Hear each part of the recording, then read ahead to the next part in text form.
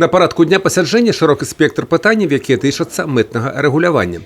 Да і абласны цэнтр абраны месцам правядзення калегій не выпадкова. Важно, что сегодняшняя встреча проходит здесь, в городе Бресте, который в прошлом году отметил тысячелетие со дня своего образования, большие мероприятия проходили.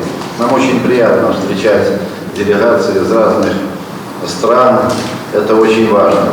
Наш город – это не только административный центр Брещины, но и западный рубеж Республики Беларусь и всего Евразийского экономического союза. Уся работа Еўразійскага эканамічнага саюза грунтуецца на адзінай мытнай прасторы.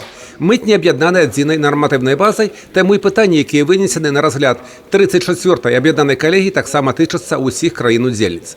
Адной з галоўных тэм абмеркавання сталі кантэйнерныя перавозкі па маршруце Китай, Европа, Китай. В силу разных причин, но в наших странах на цифру в достаточно высокой степени перешли, как правило, и налоговые службы, и таможенные службы.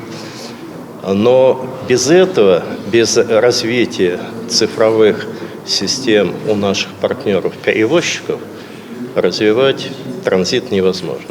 Поэтому мы, начиная с прошлого года, активно занимаемся экспериментами во взаимодействии с нашими железными дорогами, для того, чтобы полностью перейти на безбумажные технологии. Сегодня мы рассматриваем 24 вопроса, практически половину внесла таможенная служба Республики Беларусь.